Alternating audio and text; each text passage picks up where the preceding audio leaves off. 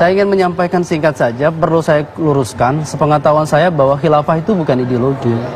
Khilafah itu bagian dari ajaran Islam, gitu ya. Jadi kalau menyamakan khilafah sebagai sebuah ideologi, saya pikir ini perlu diluruskan. Baik. Di sini kan ada ruang diskusi, saya pikir harus dikedepankan, gitu ya.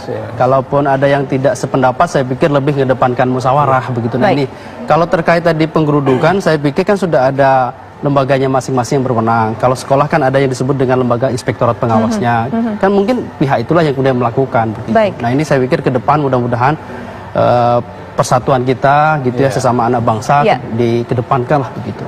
Baik, kita harapkan itu terjadi. Dan mungkin penutup singkat saja Pak Nurul Saman karena waktu kita juga terbatas.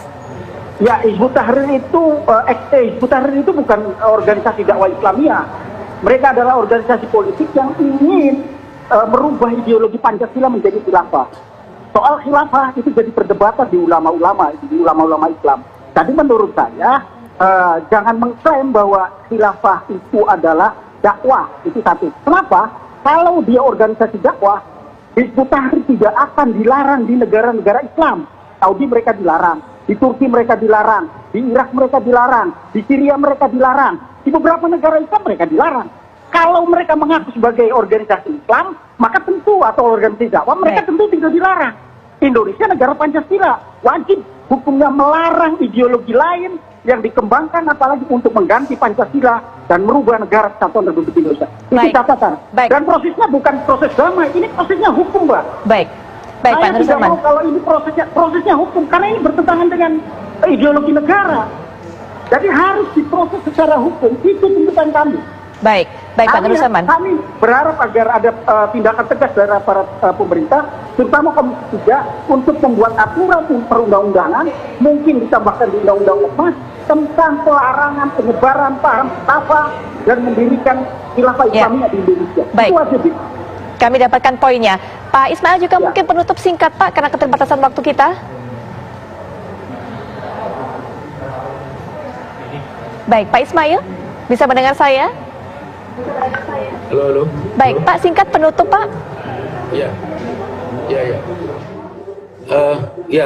Sekali lagi kami tegaskan bahwa khilafah itu adalah bagian dari ajaran Islam yang sangat jelas gitu. Dan di sana disebutkan, tadi saya sebutkan yang sederhana sajalah, kita fikih yang diajarkan di madrasah aliyah, ya, sampai sebelum akhirnya digeser kepada materi tarikh itu di sana dikatakan fardu kifayah.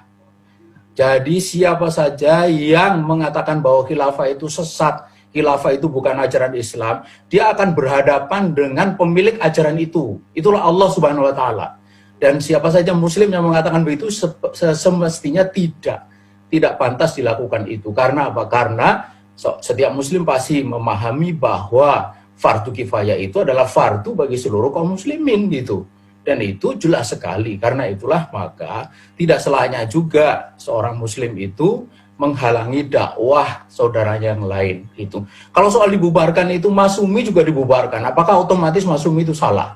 Itu kan ya soal tindakan zalim dari sebuah rezim gitu. Jadi pembubaran itu tidak menunjukkan apa-apa kecuali bahwa itu tidak disukai oleh rezim itu saja gitu.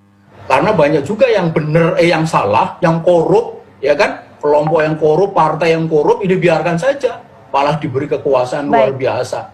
Apakah tidak dibubarkan itu berarti mereka benar? Enggak juga gitu. Karena itu ukuran benar salah itu bukan dibubarkan atau tidak. Ukuran benar dan salah itu kalau menurut Islam itulah sesuai dengan ajaran Islam atau tidak. Kalau dia sesuai dengan ajaran Islam, sesuai dengan Quran, hadis, ijma, qiyas, maka itu dia benar. Meskipun mungkin di berbagai tempat itu tidak diterima, itu kan hanya soal bagaimana orang memahami ya. Nabi saja dulu juga dihalangi begitu rupa, bahkan dituding sebagai orang gila segala macam.